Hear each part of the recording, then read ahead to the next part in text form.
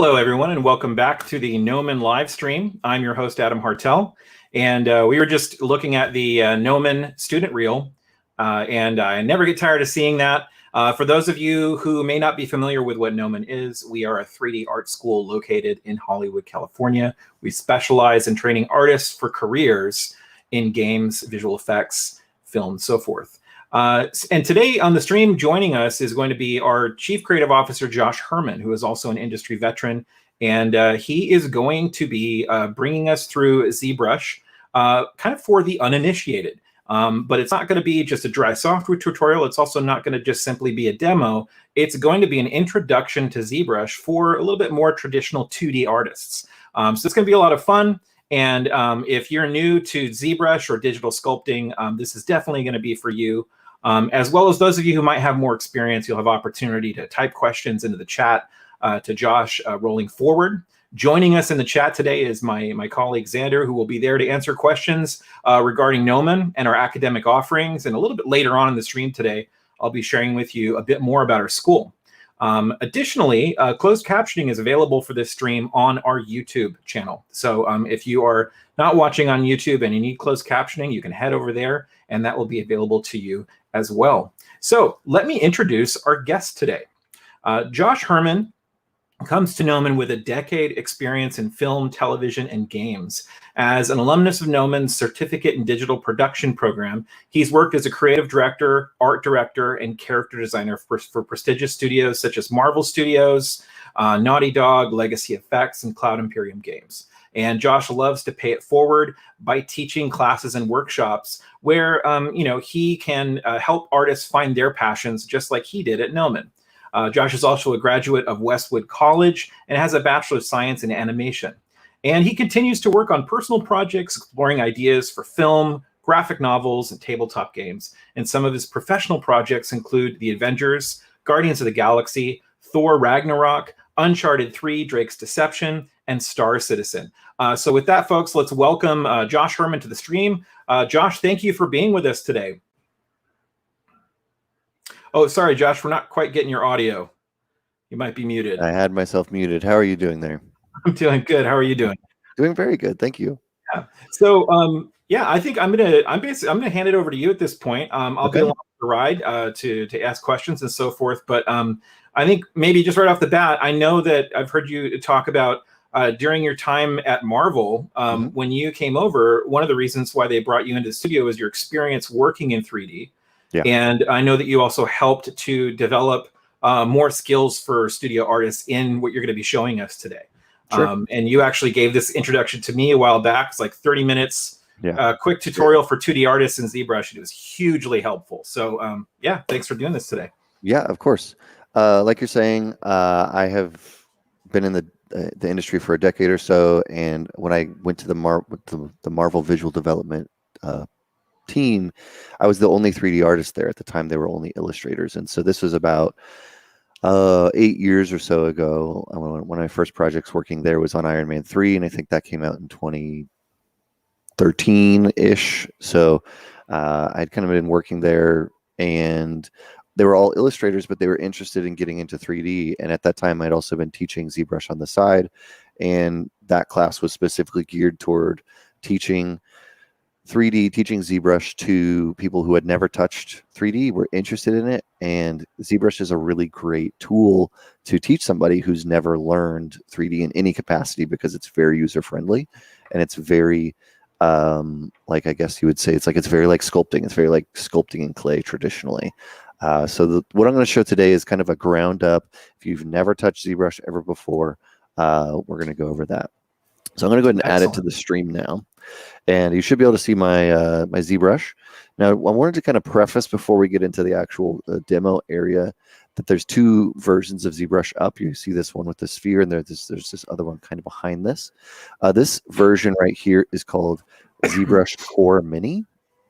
And this is a free program. So if you're interested in sculpting in ZBrush, you're interested in digital sculpting, you can get this right here, and it's free. ZBrush works off of a subscription model. You can also buy the full program if you'd like, but this is a free program. Then they have a version up, which is a $10 a month program, and then they have a version up, which is the full program, which I'll be using in the back here. That's a $40 a month program. So again, if you're interested and you want to play around, a good amount of what I'm going to show today is doable in the free program. We're not going to go over it too much, but I want to make sure that you're aware of that. And I'll jump back to it a little bit just so those who are following along can use the free one. So ZBrush Core Mini is the free one. Now I'm going to jump into the full program here, and this is ZBrush. If you've never opened it before, I've only changed very minor things, mostly the colors of the interface itself, and that's really all you're going to see when you open the program. If you open the program for the first time, you might see this as well. This is just a menu that we can select from some items, but from here is where we're going to start. So if everybody's following along, this is where you want to start. You just opened up ZBrush for the first time. Maybe you're a little lost or you're not sure what to do. So what we're going to do is first we're just going to hit this hide button. That's going to make that go away, and we can see our canvas. The first thing I'm going to have us start doing is starting to load a tool. ZBrush works in tools, and an easy way to think about that is kind of like a sculptor. You know, if you're a traditional sculptor, you have a shelf typically, and you have shelves full of sculptures. So we're going to load up one sculpture on our shelf here. Okay, load tool here in the top right. I can select any of these, and these are all in the ZBrush folder. I'm just going to select our demo head or a dog or something. We'll do the dog because it's nice and easy. Notice I clicked on it, but nothing happened. This is something that happens a lot to beginners when they load up the program, they load something or they open something and it's not there, and it's very confusing, and people often, especially at the beginning when they're learning software, this becomes overwhelming and they just close the program. So what we want to do is, you can actually see that the dog is over here on the top right of my screen, and I'm going to click on anywhere in the middle of this kind of gradient area. This is called our canvas. So I'm going to click on our canvas and I'm going to drag, and you'll see our dog appear. Now this is great. Now what I want to do is I want to start editing it, right? I want to start sculpting. Let's get into that. So if I start clicking on it, you see that more dogs begin to appear, right? And this is a very common problem for those who begin ZBrush, is they start clicking, and now not only do they not know what's happening, but there's too many dogs on the screen, and they immediately freak out and they close the program again because it's confusing, right? This is normal. Everybody who goes into ZBrush at some point will run into this program. So what I'm going to do is I'm going to teach you all the first hotkey that you're going to need to know, and that's called Control N, and that will clear the canvas. So if I hit Control N, all of this, it goes away. So again, if you run into a problem when you're starting up ZBrush, hit Control N, and it will clear your canvas. That's good to know. So it's a good problem-solving tip. The second thing we're going to do is we're going to start editing. So I'm going to drag this out, click and drag. I'm still holding down as soon as I let go. We've seen this before. If I want to start editing, I hit T. I can also go up to this button here, which is Edit. So now I hit Edit. You see it kind of shifts around. And now if I click anywhere outside of our dog, I'm going to be rotating. That's the first piece of navigation I'm going to teach you right now, is just how to navigate. So we've loaded a tool. We know how to troubleshoot our first problem, and we can now orbit around or rotate around our asset. Now, if we click on our asset, you'll notice that we start sculpting. This is fun. This is cool. I'm going to undo that before we get into that so we can be a little more artsy rather than just kind of sculpting from one angle. And let's figure out how we can move around. So the first thing we're going to do is we want to move this thing around. We want to pan it around our canvas. I'm going to hold down our Alt key anywhere outside of the model, and we can pan this around, and I can let go of that Alt key, and I can do this. Now, if I want to zoom, I'm going to hold down Alt, I'm going to click, and I'm going to be panning. I'm going to keep moving my mouse around or my pen around, and I'm going to let go of Alt, and now I'll be zooming. So that's the basic navigation of orbit, pan, and zoom. And this is super basic, very beginner, but this is how you're going to navigate. Now, if that's a little confusing and you don't like hotkeys, there are 3 buttons here on the right-hand side, and they do the exact same function. So I have a move. I'm just clicking, and you can see my cursor actually goes off the button, but it's still doing that function. So I can move, I can zoom, and I can rotate. So if you don't have easy accessible hotkeys or anything like that, or they're a little confusing, the zoom hotkey often gets confusing for people because it's kind of a different way of thinking. These are the ways that you can also do that. I know professional artists who actually use these all day, so don't feel like you can't sculpt if you don't know these hotkeys. So that's the Well, basics of what we got so far. Go ahead, Adam. Just a quick comment. This is super basic, but ZBrush is, you can definitely be doing what Josh is doing right now with a mouse if you're just kind of testing out the program, but it's designed to be used with a pen and tablet. Whether you're using like a Wacom, or you can go, now there are other makers that are making decent hardware where you can get more of an entry level, more affordable tablet to start messing around. But yeah, that's just in case any of you out there are wondering what he's using to do this. Yeah, absolutely. There's all kinds of things you can use. I sometimes do sculpt with a mouse. If I'm just forgetting, sometimes I'll do that. I like changing it up anyways. So we have our dog, we have our sculpt. This is awesome. Now we can start sculpting. I'm actually going to switch us to another tool. So that's how I'm going to teach you. One quick thing is to get back into that bar that we saw at the very beginning. So you can hit this light box bar here up at the top. That's going to bring open that first thing that we saw. Remember, we hit our hide at the very beginning. The light box will bring that up. A quick hotkey for that is our comma key.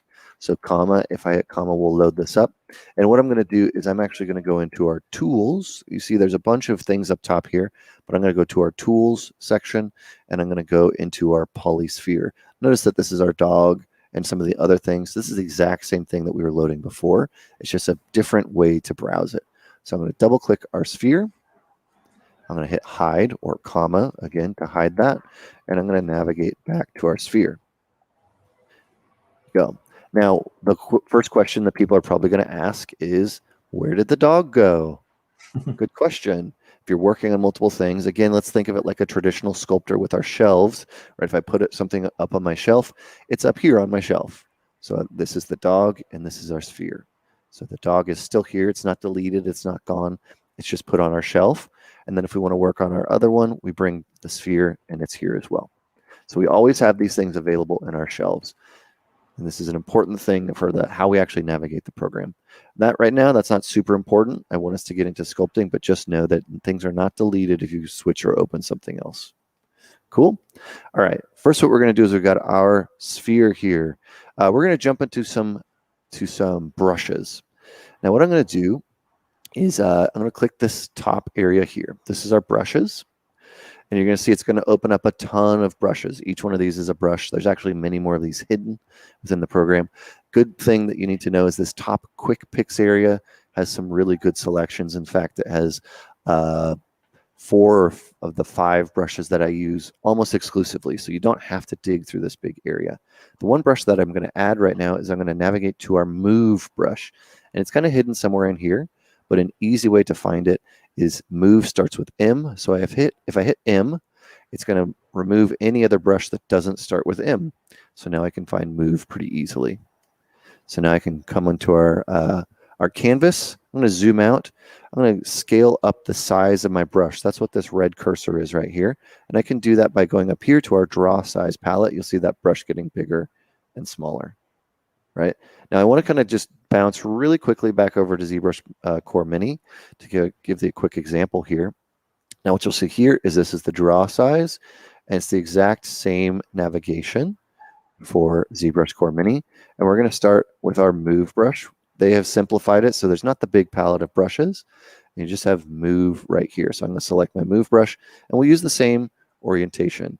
So if I make my brush size really large, there's a nice hotkey for that. There's a lot of hotkeys for everything in ZBrush. You don't have to use them. There almost always a button for them. But size starts with S. So if I tap S, this will appear wherever my cursor is, and I can make this brush size really small or really big. I'm going to make it really big, and I'm going to grab the sphere. Again, we're in ZBrush Core Mini right now, so you can kind of see what we're doing. And I can pull this shape. And at this point, we can start making something. Right, I'm just kind of grabbing and adjusting. It says an alien with horns or something. I don't know exactly what we're making. A helmet of some kind. I'm going to jump back into our big program ZBrush here. Same exact function, but you'll notice it's not mirrored. It's not doing it on both sides. So I'm going to tap my X button. X is our symmetry. And now you'll see there's 2 small little cursors. And that means that when I grab, we're going to have the exact same function that we did in ZBrush Core Mini. Now we are sculpting. We have a sphere, and this is just like moving around any block of clay or anything like that. We can start grabbing, sizing, and pushing something around to start making a shape. And this is the basics beginnings of whatever you want to make. So maybe we'll make a head. We can make a whatever we want to start with, right? We can make something that seems interesting and fun. We'll kind of go back to those horns. I kind of liked that. Yeah, ZBrush at first, can feel really daunting because it's so different from any other software that you might have used, especially if you're only a 2D artist at this point. But what I love about the point that you're at right now, Josh, is thank you for helping us get past that initial hurdle. As soon as you know how to navigate and get around, you start moving the clay around, it starts to feel really intuitive, just like, playing with Play-Doh as a kid. Absolutely. And the move brush is a super powerful brush. If you just wanted to move things around, you can. That's what a lot of people do, at least at the beginning, to make some form. I'm going to jump back into this big brush section. And again, the hotkeys, if you care about them, brush starts with B. So if I hit B, my brushes will appear. You're going to notice a lot of this type of hotkey, meaning size S, right? Brush B, all these kinds of things, even within brushes. M is move, and you can kind of find these within. So I'm going to go back into our brush palette, and we have this quick picks. Notice that when I picked the move brush, it kind of added it to our quick pick. So any brushes that I pick will kind of be in this quick select area here. The brush that I'm going to use today for a lot of my sculpting, and this is the brush that I would say I use maybe 70 to 80% of the time, is our clay buildup brush. It's right here. It's also going to be right here in the program of the ZBrush Core Mini, so I can start sculpting with it here. But same kind of thing, I'm going to go here, click that clay buildup brush, and this is going to have a different function. While as the move brush moves chunks around, the clay buildup brush works like a sculpting brush. So I'm not necessarily adding clay, but you'll see that I'm moving the clay around. And it's a really powerful brush for feeling like you're adding strips of clay, or if you've ever sculpted in Sculpey or clay or Chavant or anything like that, this is where you're adding a piece of clay to the sculpt itself. Now, one cool thing about ZBrush, if you had already mastered the hotkey for navigation with Alt, you'll be using Alt a lot when you're sculpting. So Alt, again, is to pan, and it's also to zoom whenever you're clicking outside of the model. But if I hover over with this and start making strokes on the model, you'll see I'm building up form. If I hold down that Alt key, I'll be carving. So Alt is the opposite to whatever we're doing when we're sculpting. So if I'm adding, normally I'll be subtracting when I hold down Alt. And just with that little bit of information, you can start sculpting in ZBrush. That's all you really need to know. If you go into your comma, you go into your sphere, tool sphere, that's a great place to start. You can start sculpting right away. And it's a really fun and easy program to work. Now, at this point, we can start doing a bunch of fancy things, but I kind of want to just start sculpting a little bit so that viewers can kind of get a better sense of that. And I want to add one little wrinkle for everybody here, and that's going to give you another project that you can work on that might be a little more applicable to you rather than just kind of creating something random from a sphere. So what we're going to do is we're going to use that comma key again one more time. Opening this. This time, instead of opening a tool, we're going to navigate to our project. We're going to, inside of this project, you're going to see all these other things. We're going to find this head planes folder. And we're going to open up any of these, but I like this one right here, just at the top. I'm going to click this. It's going to say, do you want to save? This is important to note. I'm switching a project. That's like switching to an entirely new workspace. So it's going to asking me, essentially, do you want to save the dog and the sphere sculpture that you have on your shelves? I'm going to say no, because we didn't spend too much time on that. And you'll see what it'll do is it switches that all out for us. Now, it's loaded up this quick head plane for us to work on. And this is a fun thing that I actually use all the time. If you watch any of the art jams on our channel, you'll note that this is probably one of my favorite pieces to start from. And the reason is it gives us a really great foundation for sculpting, but it's also really great for teaching because it's looking at the planes of the head.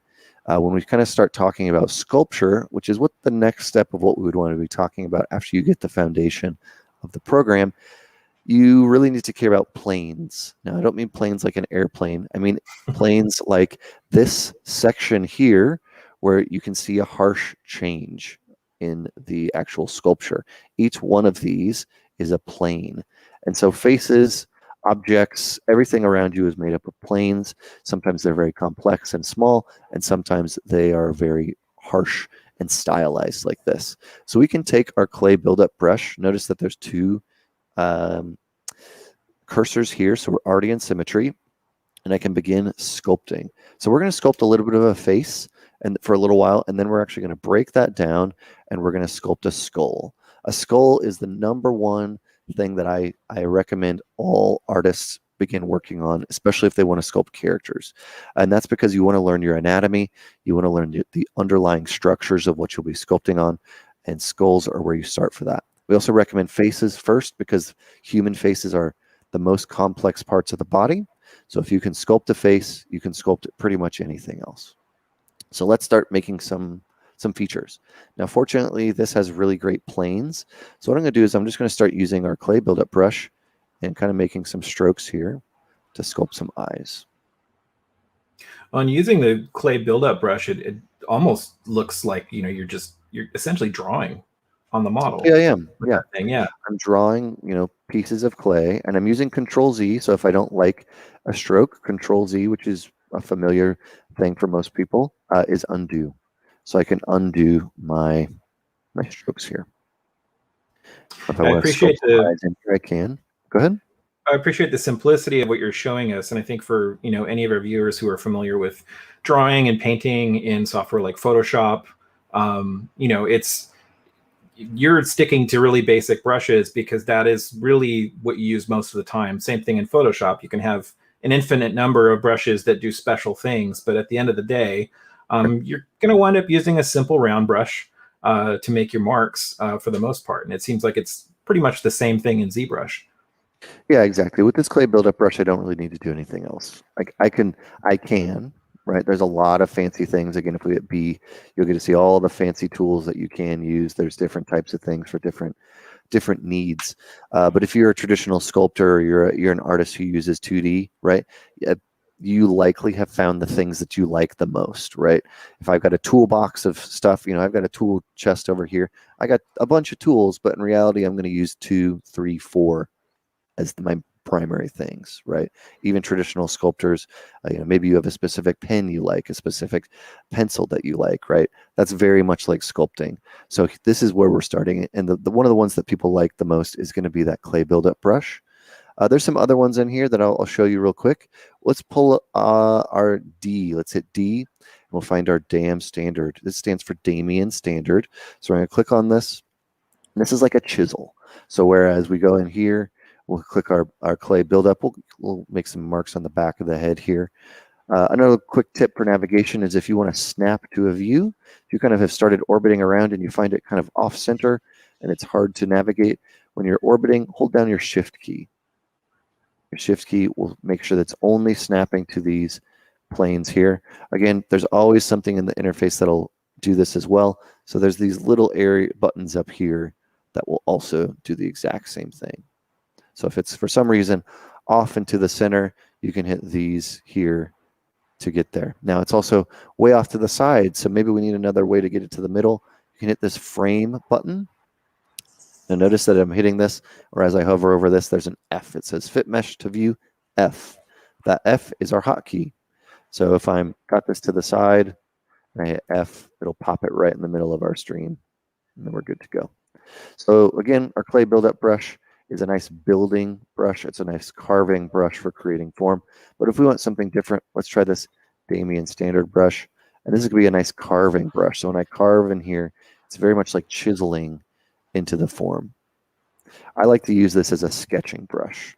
So what I mean by that is, let's take our face that we've got so far, and I want to start defining what some of these forms are. I'll bring my brush size down. I'll make it a little smaller. And I'll say, you know, maybe in here is where the mouth is going to go. So I'm just going to carve the mouth. We'll put like the bottom of the chin will be, the lips maybe will be here. We'll kind of carve in this area.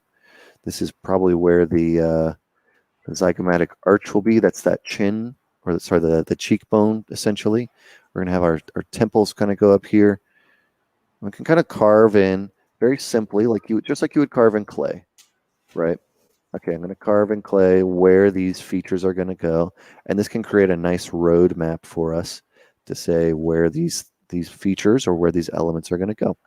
And just like any of the features in ZBrush, I can hold down Alt, so it's not going to just carve, but I can also add this as well. So for some reason, if I want to add, maybe I want to add some definition to the lip, right? I can do that here as well. So we can quickly form out some of these lip shapes for us to get started. While you're working on that, Josh, a quick question that came in Sure. through the chat. It's a little bit of a kind of like next phase, next level question, but maybe worth addressing. They're just saying, I'm intending on learning ZBrush soon through your workshops and have been curious when it comes to texturing.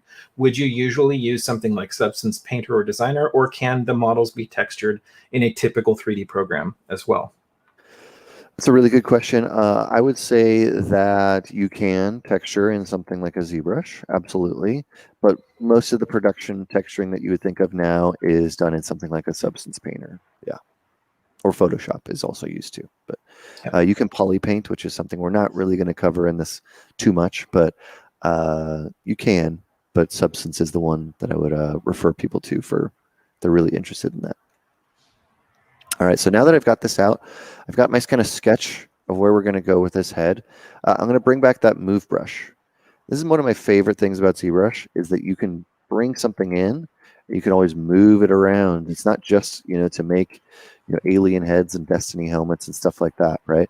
So if I want to take this head and I want to adjust the proportions of it, I can go super stylized and I can make it, something that's all of a sudden more of an alien style head from what we had. Mm-hmm. Or I can make it and say, let's just make some subtle adjustments, and maybe let's pull this chin out a little bit, or let's bring this nose down a little bit.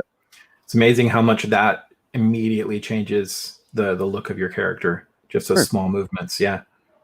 Now this is the way I like to work. Is I like to get some of my big, moves, or I sketch in what's going to be happening, and then I like to adjust it afterwards. Get some eyebrows in here, maybe just generally maybe bring those cheekbones out a little, push some of those features a tad. I know one of the things for me, because I was a beginner at ZBrush not too long ago, that move brush, it's usually better to start big and you work your way to smaller. I know when I started using the move brush and it was too small, I just really messed up my model because I was moving it too minusculely. Absolutely. Absolutely. And so now we're at a pretty good spot to add more form, right? We can continue with this. So I'm going to go back to our clay buildup brush, and I'm going to use all these marks to start adding more form and breaking down some of these planes. So what I'm going to do is kind of just use them to say, okay, I know that the cheekbone is going to be here. I have a sculpture right behind my camera. So what I have is this skull right here, and I use this very often as landmarks for where parts of the face are and what the structure of the face are. So I'm going to start sculpting just right here, and with a light pressure. I'm not going to go crazy on it. I can, if I had a mouse, this is what it'll look like, and that's not really what I'm looking to do. So again, we kind of covered this earlier, but using a tablet with some pressure sensitivity is a good way to go about this. So lightly adding clay in that area. And again, I can do the opposite. So if I want to carve away, I can hold down Alt to carve away. And I'm just going to start creating more planes within this surface. So I'm going to create some maybe bulge around the side of the mouth here. Using, again, some of those sketches that I had done earlier. And I'm using only this brush at a little bit of a smaller size right now. Let's say I want to really create that harsh line. Maybe want to create some definition in here. Go back to our Damien standard brush and carve something like this. We want to create some more definition. We've got a really good question that's come into the chat here, Josh. And they're just, from the building up experience point, after how many hours do people typically develop some comfort in ZBrush? Good question. I would say if you've never touched ZBrush before, usually by the second week, people are pretty comfortable. Like in one of our 10-week courses, I'd say by the second week, you're at least comfortable in rotating, loading tools, knowing what the basics of some of the program are. And that's because the interface itself, it's unorthodox. It's not like most other programs, but once you get into it and start using it, it's actually very, very user friendly.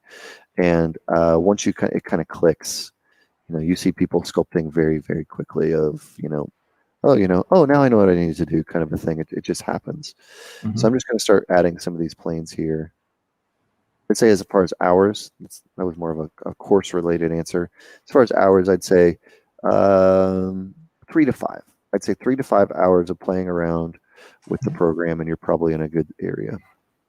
And I could definitely echo that as somebody who never had sculpted before and was only drawing and painting. When I first started using ZBrush, after about 3 to 5 hours, I was surprised at how intuitive it started to feel. You can get results pretty quickly. So I'm just kind of adding to some of these planes, right? So I'm just adding the chin. I'm going to carve away this little area here.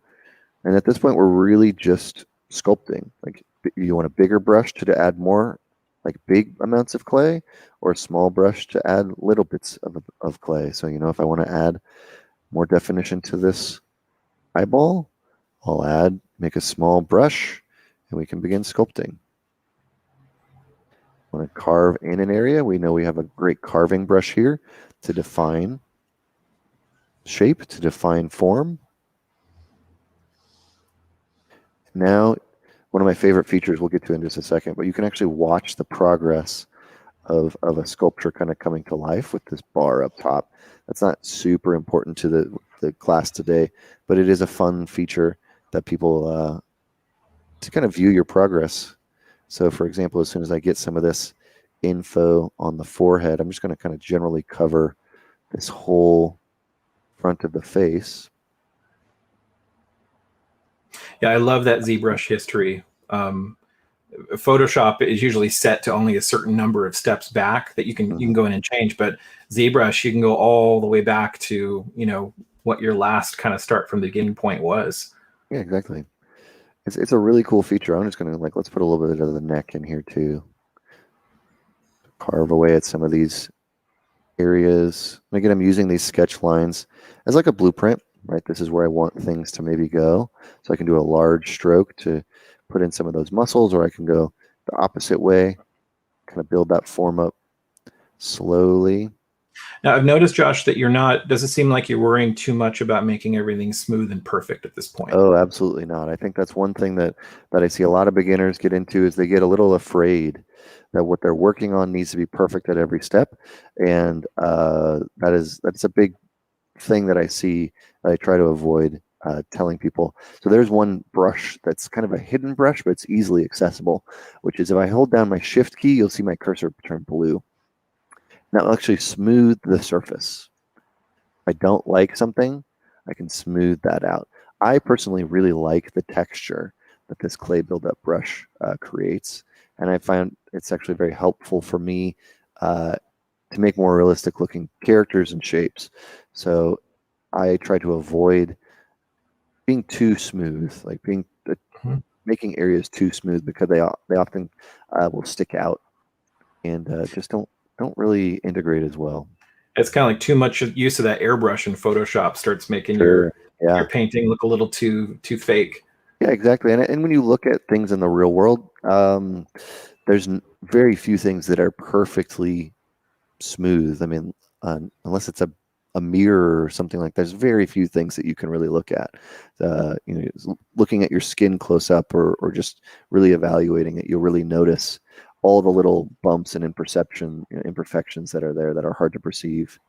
So I'm just going to kind of get here, and I'll show you. Well, let's go ahead and do this ear real quick. So I'm going to carve in. Let's make this ear hole. So I'm just going to hold down Alt with that build-up brush. Make that cavity there.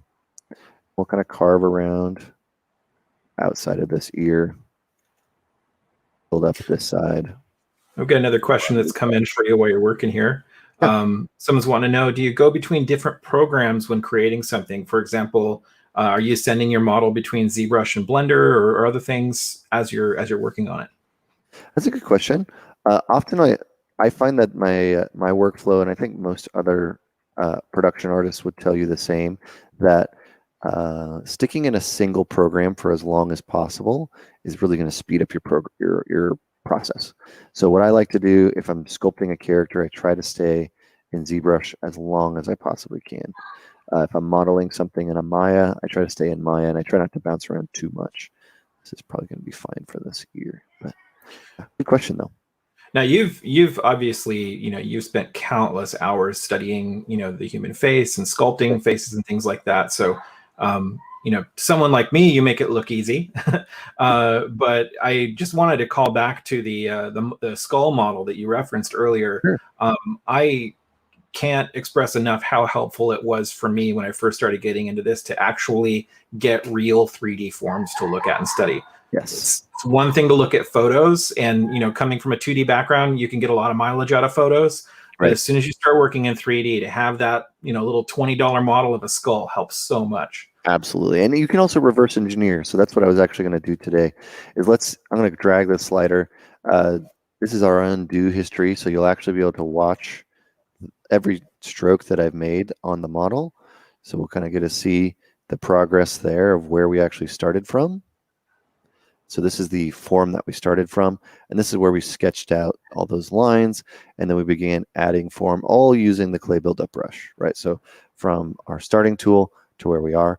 Now I've sculpted these all the time. I like doing these kind of for fun. So let's backwards engineer, right? Let's take this. It's going to say, are you sure you want to lose all your work? And I say, that's fine. I'm going to carve in a skull. Let's figure out how a skull would fit into this. So we have a nose. We have an eye, our eye sockets, right? And we don't need ears for our skull, so we can use that clay buildup brush and just kind of push that away. So a good exercise that I recommend for people is either to use that sphere that we used earlier, or to use this and try to sculpt a skull. Use reference, right? Use a model, use pictures, use things to kind of find it. But try to sculpt that thing, and it's a really good exercise because it's going to teach you anatomy. It's going to teach you where and how to build up forms, what those forms actually do.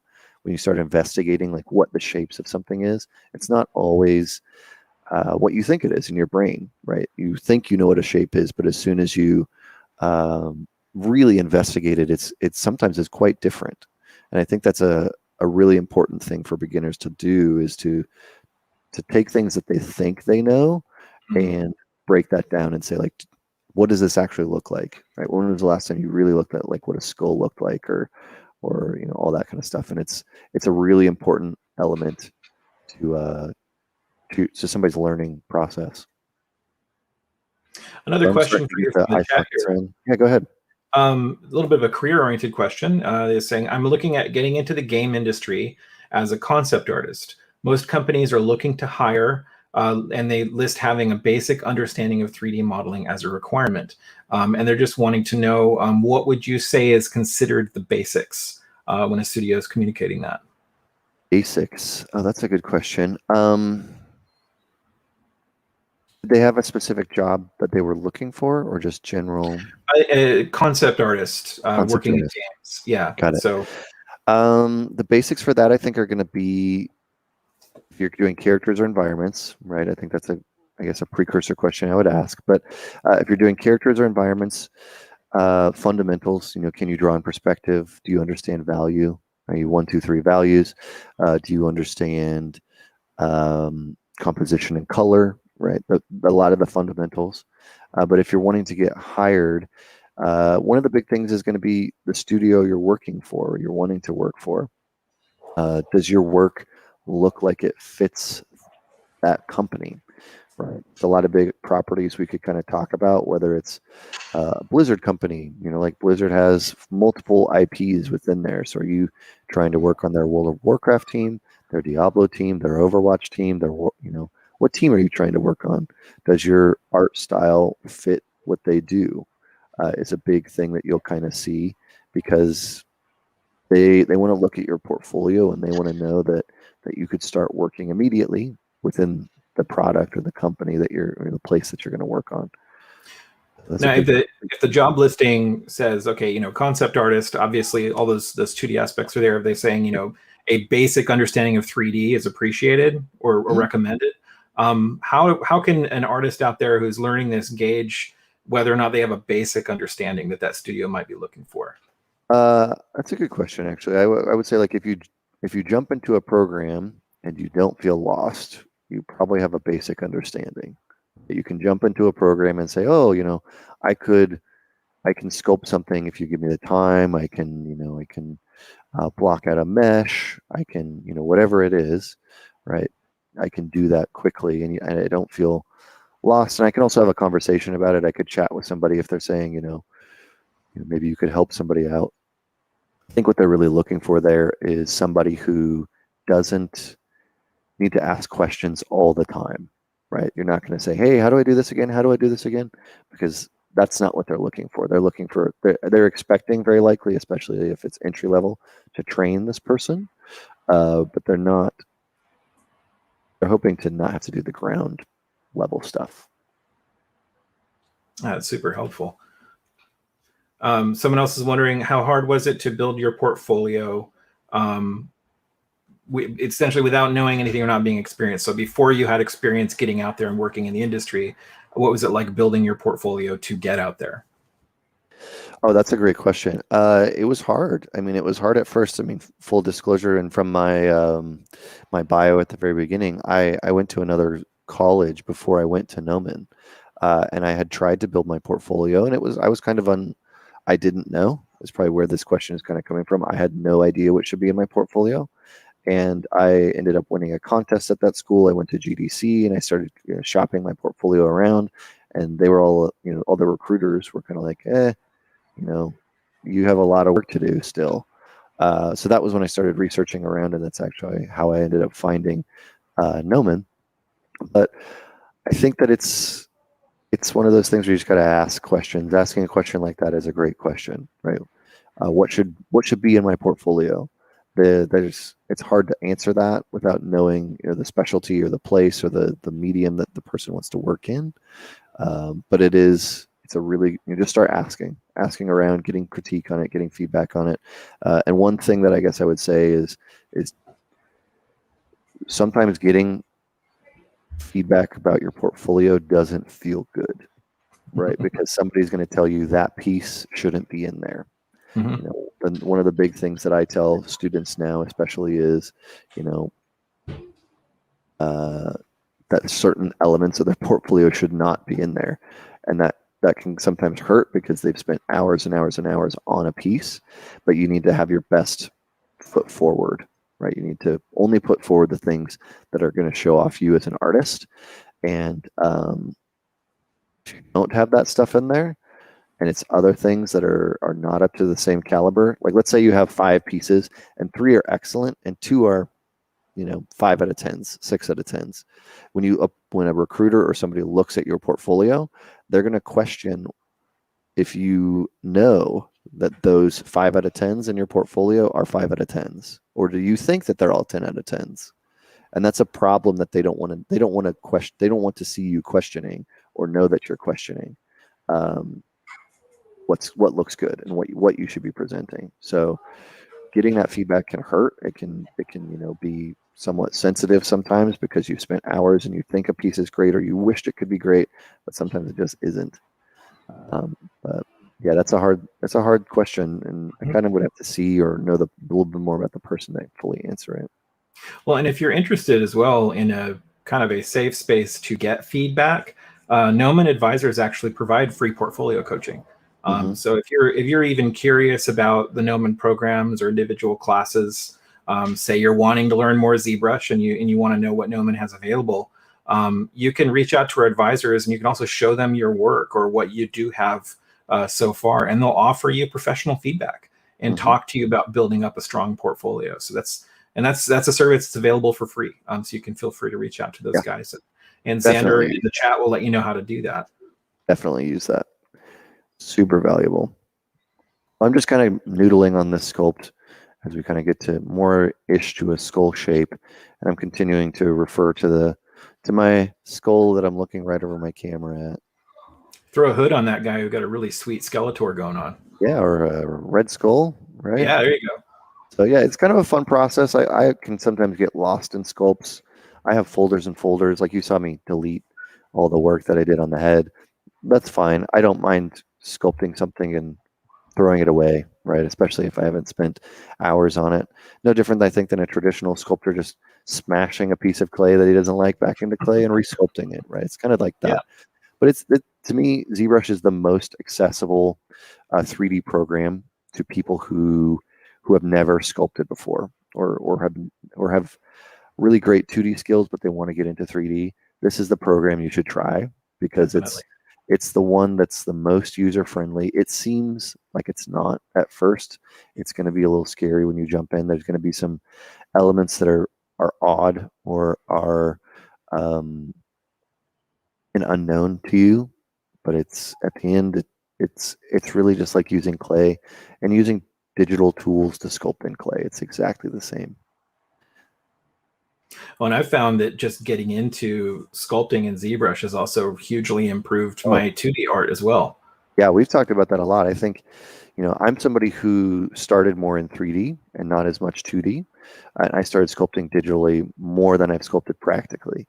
And I think that something that's interesting is even though my drawing skills are not amazing, they have been improved by working in 3D because I'm constantly working the model. I mean, I'm always turning the model around. I'm always adjusting it from every angle to say, like, does this look good? Is this how it should look from every angle? And that's how a lot of like really talented 2D artists work, right? If a 2D artist can say, this is what it looks like from the front, right? And this is what it looks like from the side, right? They can very likely draw what it looks like from the 3/4. You see this with comic sheets, expression sheets, people who work in the animation industry who have to do turnarounds and call outs like that. They know what something looks like from every angle.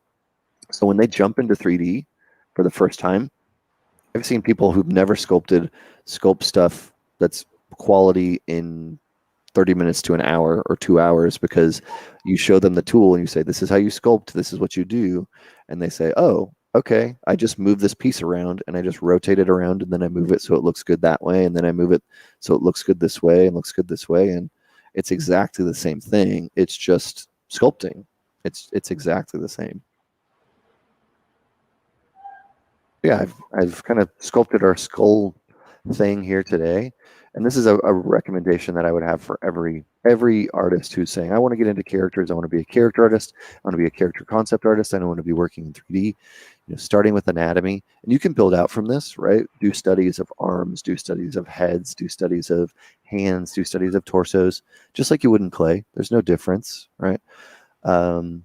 It's really easy, right? And all we've done is, again, we've kind of just gone in, we'll load up a tool. So we hit comma, that was our first thing we learned, or hitting this light box button. We'll go to tool, and we'll go to polysphere this time. Now, again, it didn't get deleted. It's over on our shelf over here. So if we want our skull, we can go back to it.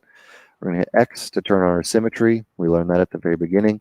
We're going to go to our move tool, right? So if you want to sculpt this from scratch, do that just like this. Move this piece around, get that skull shape. All right, cool. Close enough for now. We'll go back to that clay buildup brush. We can do the exact same thing here. So I'm going to sculpt those eyes. I'm going to sculpt that nose.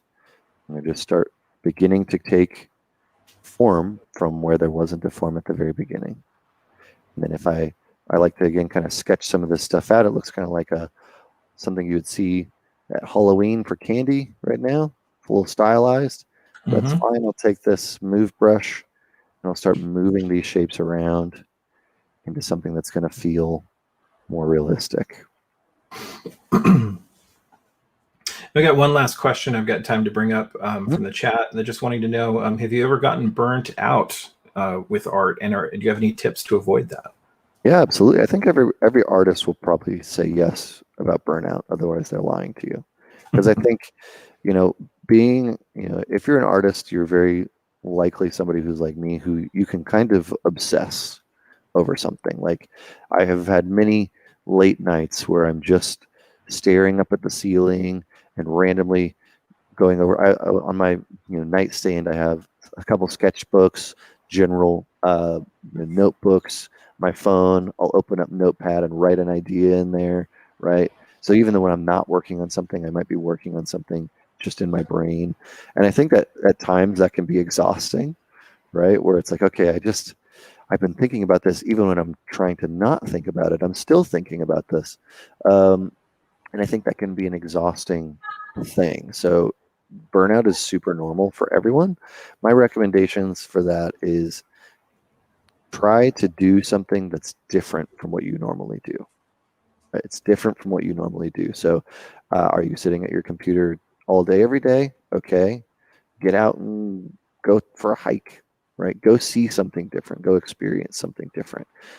Go, if you are watching movies all the time or you're watching shows all the time, that's fine. Watch something different. Get some inspiration from something different. Pick up a book or read something on a Kindle or listen to an audio book or just it's fine to kind of keep getting that inspiration. I'm not saying like go avoid inspiration. It's actually the opposite. It's go get inspiration from a different place that you wouldn't normally get it. And that can be really refreshing, right? And it can kind of be a nice way, whether you're in a creative block, whether you're burnt out, whether you're just deciding, I just need to get away. And sometimes it's just get away, right? It is, I've been working on a project for too long, or I'm stuck and I can't get past this hump. How do I get over this? Right? There's so many ways or different areas kind of even within that can be a challenge. So definitely normal, but my kind of recommendation is get out, break up your routine, try something different, and that'll be helpful. I even do it with video games. So I played a lot of video games, and sometimes I'm like, there's just no game I want to play, right? I've played all these games, so I'll play a board game, right? Or I'll break out an old game like chess. I'll play some chess and just get my brain thinking in a different way.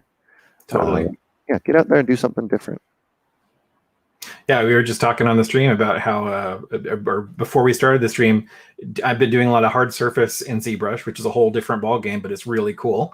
And that actually made me want to get back into building models again, plastic models. Absolutely. It's a great alternative to staring at a screen, do something with your hands. Absolutely. Well, Josh, thank you so much for taking the time today. Of course. This has been, I think, an excellent overview, a very artist-friendly overview of ZBrush. And I think, one of the big takeaways for me today is, a lot of artists will open up ZBrush and those initial humps, those initial barriers, which are a little bit more about the interface and the software than they are about actually using it, that can make people feel like, well, if using the program is like this all the time, then I can't do it. But once you push past that, really, it's very artistic. It's very intuitive. You can make some really cool stuff.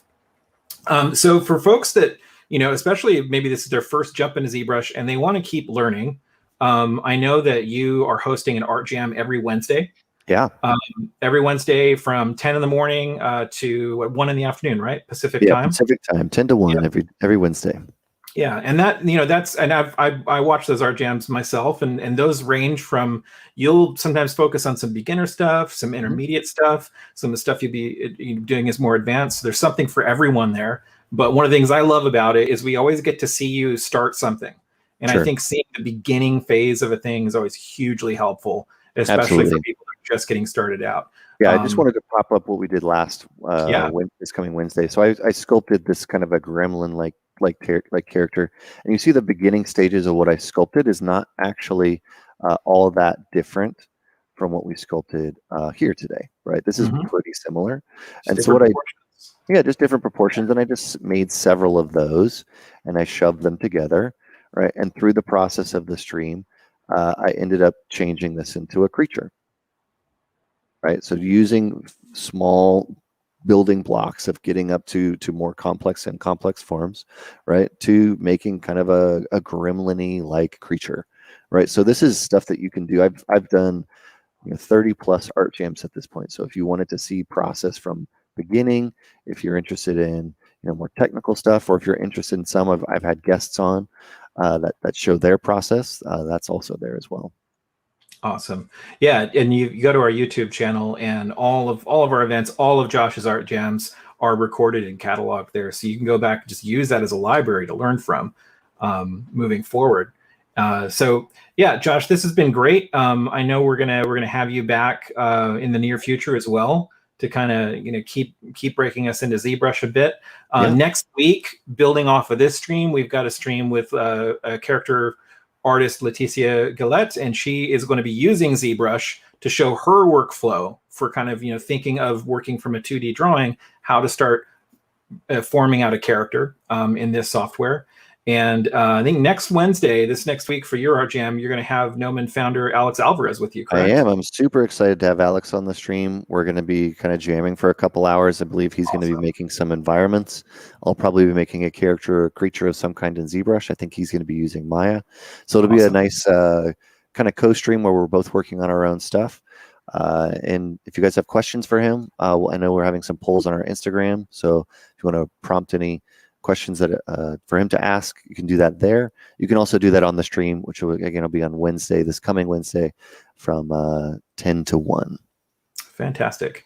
And guys, in just a moment, I'm going to be continuing on the stream to share information about what kind of careers, skills in something like ZBrush, what kind of careers open up to you as you build those skills, and how does Gnomon train artists for those careers. So if you're curious to know more about Gnomon and the industry that we're training artists for, stick around. I'm going to take a little bit of time to go over that. But for now, Josh, thank you for being with us. Look forward to having you back. Yeah, really soon. Yeah. All right. See you, Josh. Thank you. Yeah. And guys, before I get into the next small portion of this stream, we are going to put up about a 1.5-minute video, and it is a reel of the Gnomon campus. Now, we've been socially distanced, and Gnomon has been very successfully running all of our curriculum online on a custom-built platform online, and we've had a lot of students even start their education with Gnomon during social distancing and this pandemic. But we're also looking forward to when campus can reopen, and so we'd like to show you how unique the Gnomon campus really is. So take a look at this while I get ready to meet up with you after the video and continue sharing with you a bit about the industry in Gnomon.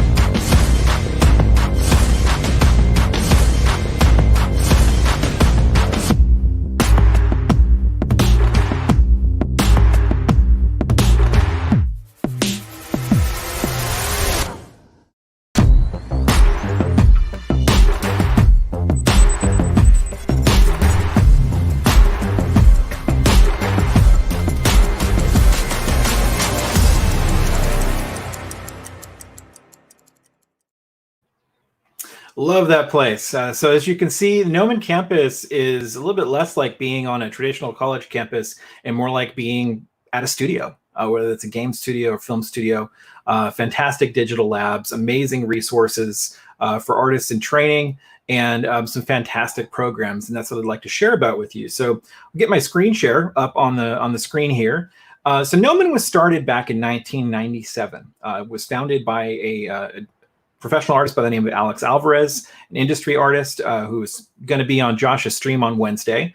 And he started Gnomon as a place where industry artists could come and begin learning CG skill sets in 3D for both games and film. And since then, Gnomon has grown into a full-blown college with a full-time degree. We've won quite a few awards over the years since '97, ranking #1 worldwide, #1 in the US.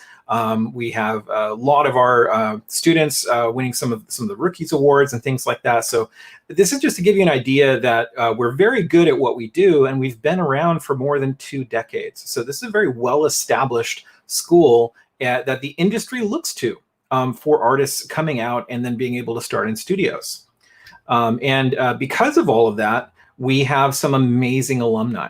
So every one of the projects you see up on the screen right now represents a project that a Gnomon graduate has contributed to from the studio that they went to work in after finishing Gnomon. And these are some of the studios that you might be familiar with who are regularly hiring graduates from our full-time programs. And as you can see at the top of the screen there, 97% industry placement in 2019. The numbers for 2020 are also about the same, just as high. One of our alumni actually says she feels like she's apocalypse proof. She graduated during the pandemic and was able to get out there and start working right away. So this is to give you an idea that these are the studios that actually will come to our campus and visit our campus to see Gnomon student work because they're looking to hire their next artists coming into work on the projects. So with that said, what are artists learning at Gnomon? In a one-term answer, it's called digital production. Now, digital production is going to include the following skill sets and disciplines. These are things like computer-based visual effects, character and creature design, digital sculpting, which we're just looking at today with Josh, character and creature animation, environment design, lighting and rendering, matte painting and compositing, game asset creation, game engines, production workflows, and world building. And each of these skill sets translate into the following careers. So every one of the titles you see on the screen here, these represent a different step in the digital production pipeline for creating a game or a film, a television show, you name it. And each one of these steps of the pipeline represents a career path unto itself. Why is this important? Well, it's because if you're an artist that's interested in working in the industry, there are probably way more jobs available to you than you realize, especially when you look at digital production. There are many different kinds of roles that cater to different types of artists. We're going to look at just a few of those real quick, starting out with character artists. And character artists do exactly what the name sounds like. They are responsible for creating the 3D character that is going to be ultimately what the audience sees appearing on the screen in a game that they're playing or in a film that they're watching. And this character artist is using a piece of software called ZBrush, which we were just looking at today with Josh. So this is to give you an example of, as you take a sculpt further in ZBrush, these are the kinds of amazing results that you can get. So ZBrush is perfect for sculpting 3D forms of anything organic in nature, whether that's a character, a creature, even various organic shapes found in nature. And this is a role for artists that, you know, a lot of 3D artists making characters in ZBrush, they also love to draw characters. They love to design characters.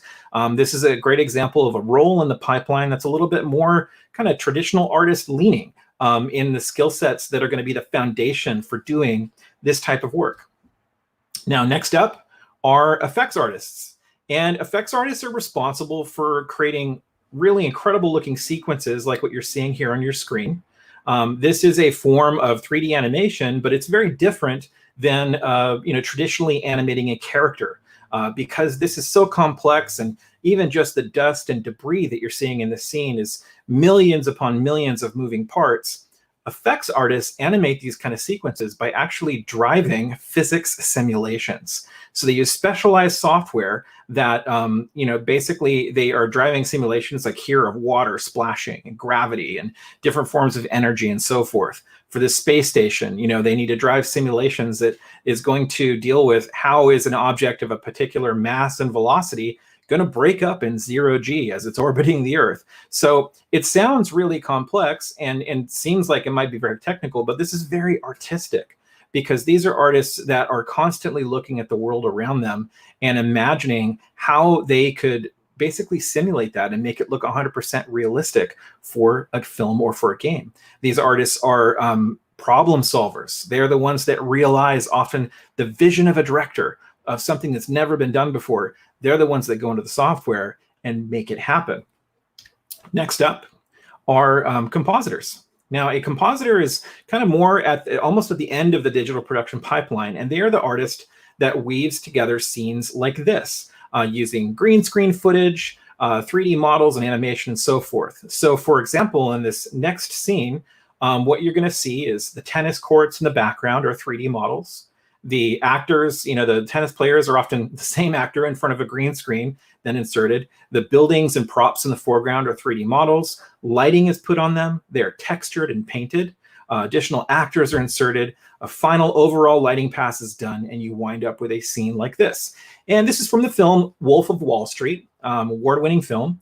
And these are what are known as establishing shots, right? It's the opportunity and the way that a director has to tell the audience this is where the story is taking place. And often these kind of shots are being done digitally in studios, as opposed to the director needing to find a real world location and get permits to film there and buy the necessary insurance and hire film crews and actors. Instead, effects studios are putting these kind of shots together.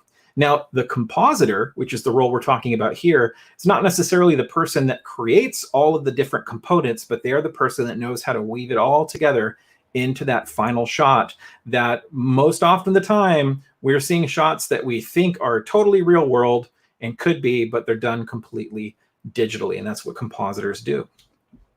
Next up are previs artists.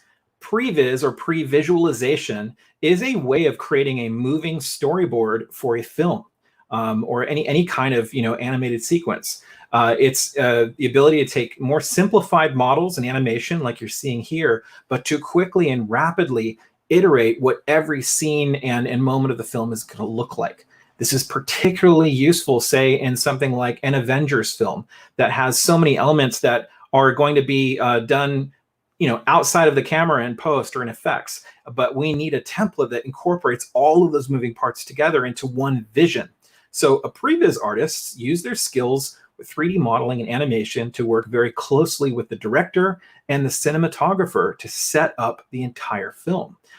They have the ability to not only set up the animation, but to control the camera angles and how the camera is moving, the type of lens that's going to be on the camera, all of the things that need to be considered to make the film. And they basically make the film before they make the film. And they put the entire thing out there so that the rest of the team has a common vision to work off of.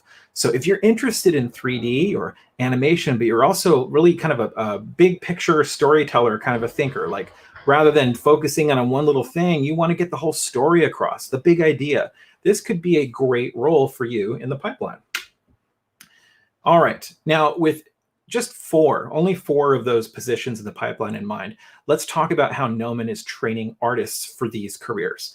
So Gnomon's academic offerings, you'll see a bird's eye perspective here.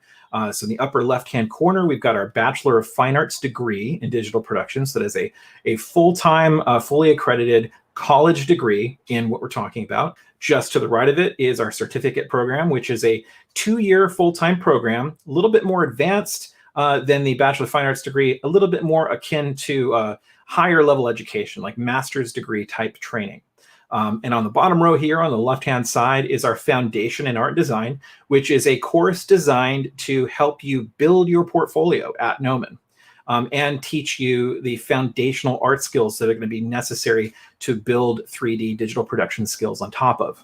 And on the lower right-hand side, we offer many of our classes individually as well. So I want to explain each of these just in a little bit further detail for you, starting with our Bachelor of Fine Arts degree.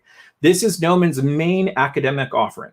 It's a 4-year full-time program. It's fully accredited, which means that financial aid is available, and you can talk to our admissions advisors and our financial aid department about the kinds of financial aid that you can specifically look into for yourself in applying to Gnomon. And it has an optional concentration in game art and also a recently added new concentration in VFX. And what these concentrations represent is an opportunity for, as you are going through the 4-year program, you'll still be learning all of the different classes and it'll be learning the entire digital production pipeline. But for example, with a concentration in game art, you will get to fine tune those digital production skills to doing those disciplines specifically for games. So working with in-game engines, with making models and animation that are optimized for game engines. So that's important to know because we give you a very broad education at Gnomon, but we also want you to have the opportunity to train with an intent towards a specific part of the industry too. Now, the Bachelor's of Fine Arts degree covers all the aspects of what we call a 3D generalist skill set. What that means is, as I said earlier, you will learn the entire pipeline. So all of those different roles that I put up on the screen earlier, you will be learning each of those. Why is that important? It's important because you don't know what you don't know. And number one, learning it all gets you exposed to all of it so you know what you really, really want to do. But also, more importantly, it opens a lot of doors for you. So as you go out to start working in the industry, it gives you many more opportunities to get into a studio and start working towards building up the experience and credit that you're going to need. Now, we have what is called a rolling admission at Gnomon, and that means you can apply for our full-time programs any of the 4 terms out of the year, whether that's we're now coming towards our spring term, finishing up the winter term. You could apply for winter, spring, summer, or fall. So there's a lot of flexibility there. Most of our students actually choose to remain they remain at school for the summer term for their whole time in the BFA program, which allows them to finish that 4-year program by staying on for summers and not taking a summer break. They finish it in 3 years so they can get out there and get working that much faster. The last thing I should say is in the final term, the 4th term of the BFA, you also get to pick out 4 electives. So after you've learned all the different aspects of the pipeline, you then have the opportunity to build extra skills in an area of your choice. So it's got that flexibility as well at the end as you get ready to launch out into your career.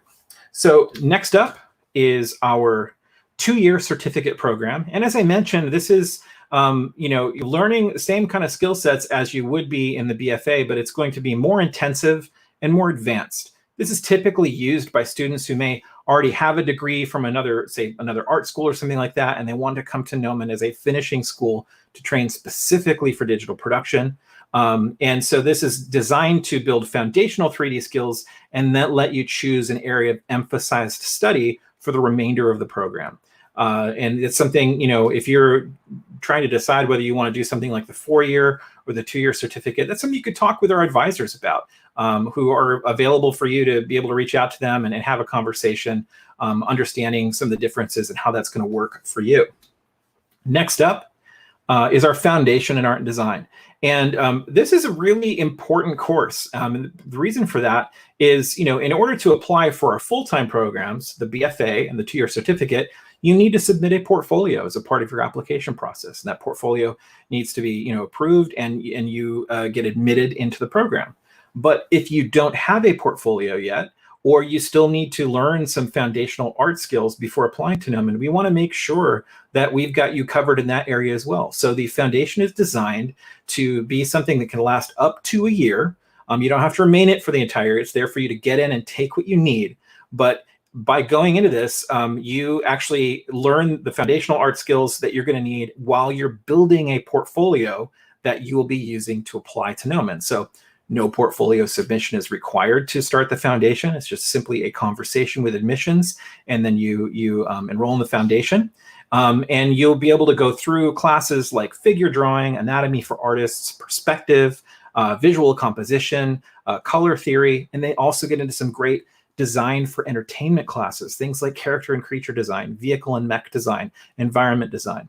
So this is a foundational course at Gnomon. It's ideal for training and putting together a portfolio to apply the full-time, but it also is a great foundation if you plan on going to a different kind of art school and you just simply want to build up a portfolio. The foundation is also available for you to use it for that as well. Now, if you finish the foundation course with a GPA of about 3.2 or higher, you will automatically get a $500 scholarship towards the BFA program. And about half of the classes that are taught that you'd be taking as a part of the foundation also transfer into the full-time program. So the idea here is it's not just an entirely separate precursor to doing the full-time program. It actually helps you get some of your early classes out of the way as well, and also potentially earn a scholarship into the full-time program. So if that's something that's of interest to you, you can also talk with our advisors about that as well. Last, I just want to mention that well over 70 of our classes that are a part of our full-time program are also taught individually at Gnomon. That means these are classes that you can take as one-offs, a la carte, choose from, come in and take a class where you start getting introduced to something like ZBrush. You could take a class where you would be learning how to sculpt creatures or sculpt characters using this software. And there's no portfolio submission required.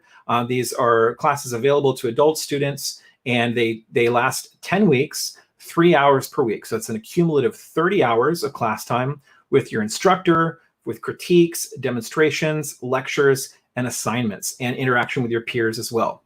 As I mentioned earlier, Gnomon has been running all of our programs online during the pandemic, during social distancing. And we've been using a custom-built platform that we had built years ago for some of the individual classes we were offering online.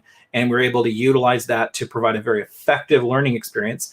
And our individual classes are included in that as well. So that's, if you're in quarantine and you're stuck at home and you want to learn some new skills, an individual class at Gnomon could be a great way for you to do that. So with our academic offerings in mind, I want to mention admissions at Gnomon. And this is actually one of the most important parts of this presentation. And that's because Gnomon is really different than other art schools. We do things very differently. Big part of that is the way that our admissions advisors work. The emphasis there is on the word advisor. These advisors, and I'll put them up on the screen. This is our team. And you could see Xander here, who's actually in the chat with you guys now. These advisors are available essentially to be coaches for you. They will offer free portfolio coaching. They will offer you advice about our programs and how maybe you're even still in high school now and you're not going to be graduating for a year or two. They will advise you on how you can prepare and point you towards free resources. They will help you develop your portfolio. These are the people to talk to first at Gnomon. This is not a kind of thing where you wait to talk to them until the time that you're applying and they just give you a yes or no. These guys are your lifeline at Gnomon. They're here to help. And there's no question that you can't ask. And it's an opportunity to have someone from Gnomon who knows what we are looking for in a portfolio submission to actually help you build your portfolio before you apply to Gnomon. So if you'd like to speak with an advisor, if you'd like to get some free coaching, some feedback on your artwork, you can feel free to reach out to these guys. My colleague Xander will provide a link in the chat that you can utilize that for. And the last thing I'll mention is we saw our fabulous campus already, so there's not a lot to cover here, but we look forward to when we are eventually able to open up campus again.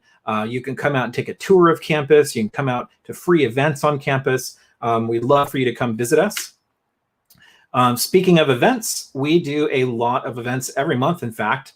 This stream is a part of that, as well as Josh's Art Jam. Also, we do monthly events where we are doing panels with industry artists and studios. We're doing interviews with artists.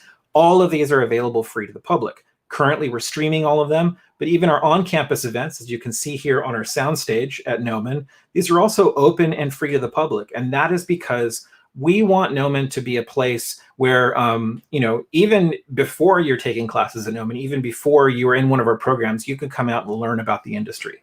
We want to be a community for artists who have interest in these things, where you can be given the opportunity to learn more. Here are some examples of some of the events that we have been doing at Gnomon. These all involving the artists from these studios talking about their projects.